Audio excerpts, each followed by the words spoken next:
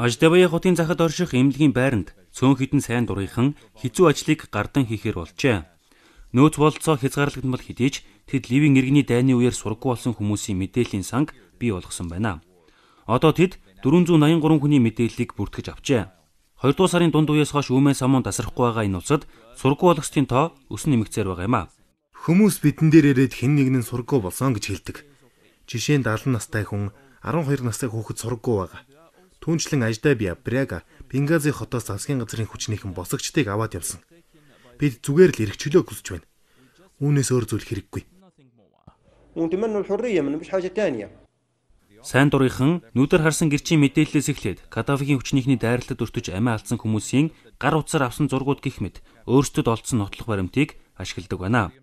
Аждабая хотод эмх цамбраагүй байдал бий болох үеэр Маримийн нөхөр сургуу болсон байна. Марим охиныхоо хамт мөн тэдний гэр бүлийнхэн нөхөр нь удахгүй эргэж ирнэ гэдэгт найдаж сууна. Нөхөр маань эргэж ирээсэ гэж хүсэж байна. Корон содор унших нь намайг тайвшруулдаг. Каддафигийн дэглэмийг түлхэн унгахаар иргэд тэмцлээ өргөжлүүлсэн хот суурангуудад сургуу болгочдын тоо өсөн нэмэгцээр байгаа нь нөхцөл байдлыг улам хүндрүүлж байгаа юм а. Эдгээр сургуу болгочдын гэрэл зураг, дайн тулааны хор уршигыг сануулсаар байна.